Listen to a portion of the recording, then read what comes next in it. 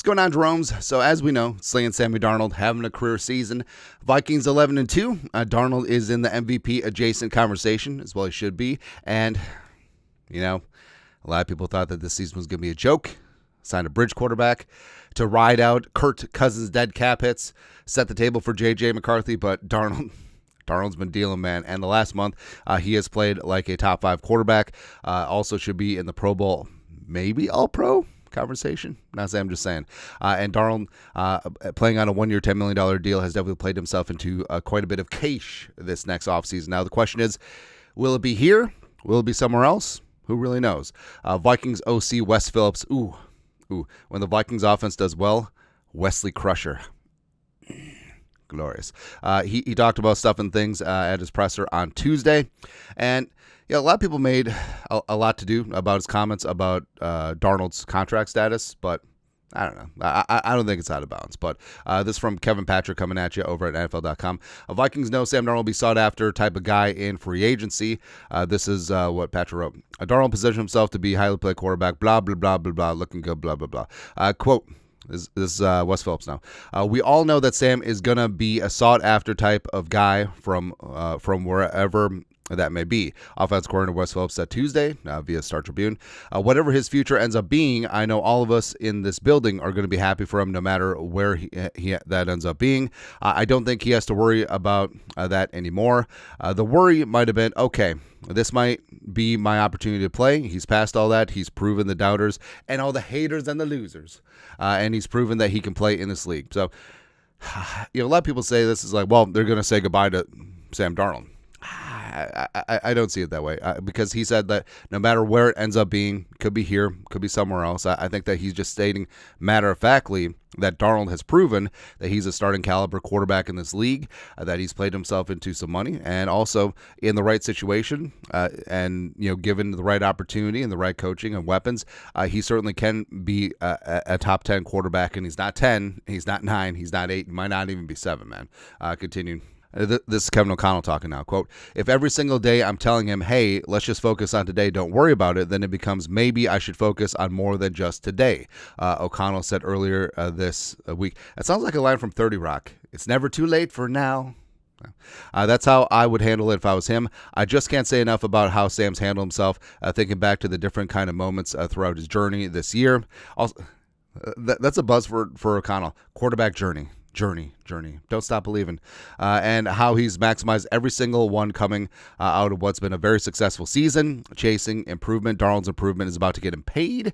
Assuming the Vikings don't squat on him with the franchise tag to ensure J.J. McCarthy is fully healthy heading into 2025.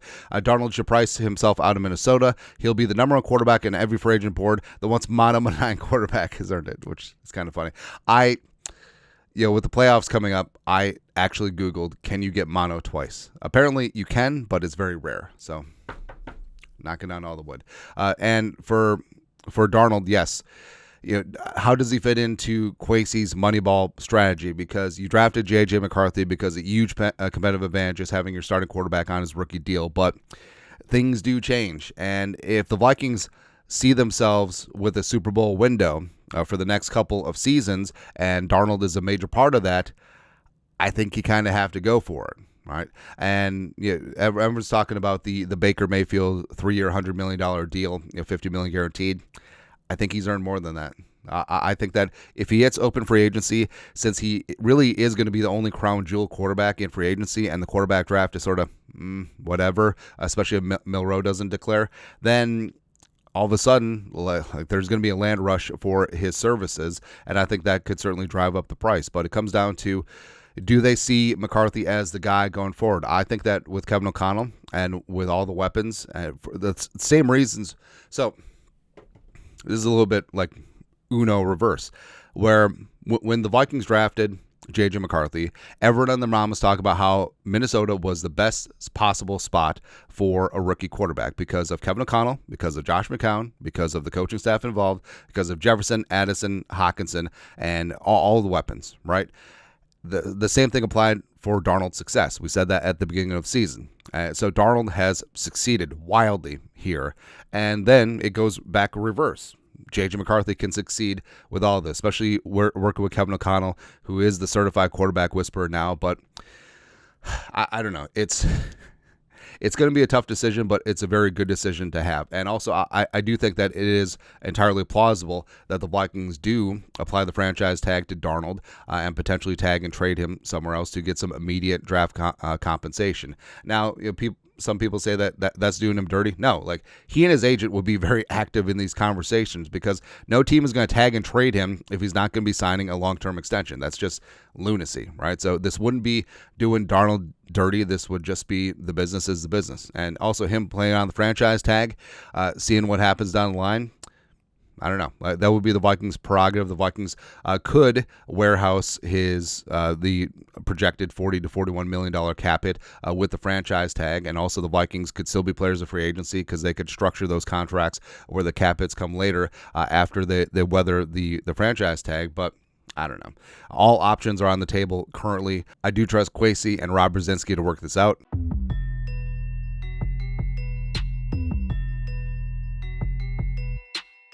And no, I don't really see this as Phillips spilling the beans because, yeah, everyone talks about, well, we just focus 1 week at a time. Baloney. Like, everyone has these conversations about, hey, what's going to happen with contracts? What's going to happen next year? This, that, and the other thing, right? So he just said out loud what everyone is thinking. Like, Darnold's going to get some cash, whether it's here, whether it's somewhere else. Respect. I'm always going to be a Sam Darnold fan unless he ends up with a division rival or the frickin' Saints or something like that. Or, I don't know, if he goes back to the Jets, they'll just add another chapter to the dumbest rivalry in sports history, so that would actually be really funny.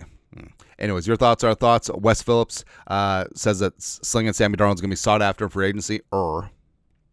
Let's hear your thoughts, our thoughts, comment section. You guys know what to do. Skull, production value.